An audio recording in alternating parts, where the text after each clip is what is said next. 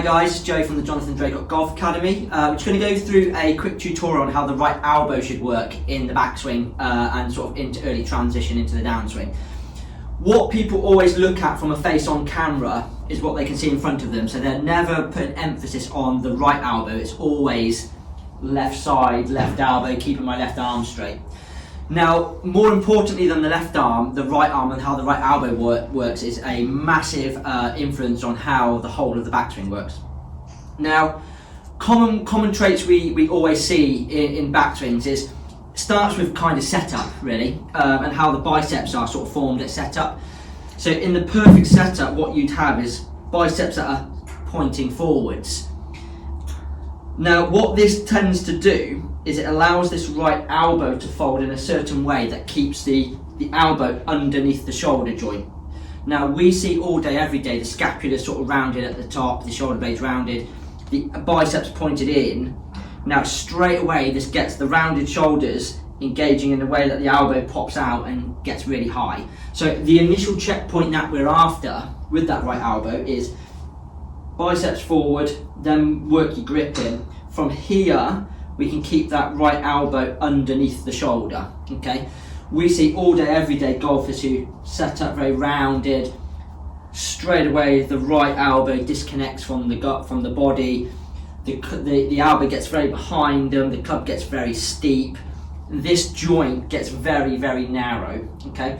Now, as a power source, the right elbow, the scapula, is very, very important in terms of how we transfer energy from the body to the golf club, because it all has to go through this shoulder joint. Now, if we are over bending this joint or this right elbow, it tends to lengthen out too quickly on the way down. We get into a very casty kind of position.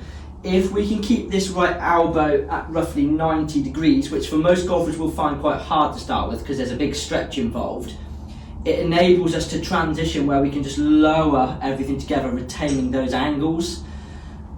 Another checkpoint, like I said, in relation to the elbow, ideally we want to keep that elbow underneath the shoulder. We wouldn't want that elbow getting crazy behind, because again, if I am looking at this from a power source perspective, it's a lot easier for me to transfer power that way and get the power into the golf club here, as opposed to here, okay? It's a weaker move. It really encourages quite a steep downswing, as opposed to the proper set of the right elbow, which stay nicely tucked. From here I can work my arms down and lower my arms into a really nice spot to let the club angles out later on in the downswing.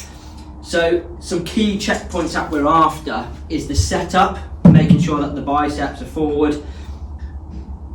But that's going to allow us to fold the elbow underneath the shoulder.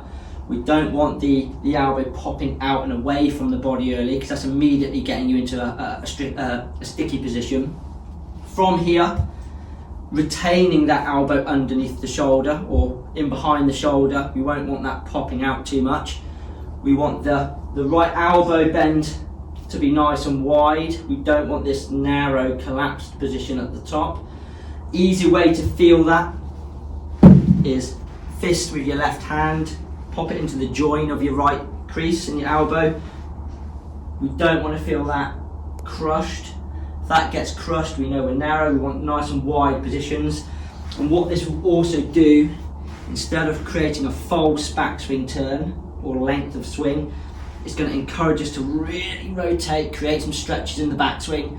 That's only going to make more athletic and energetic moves on the way down.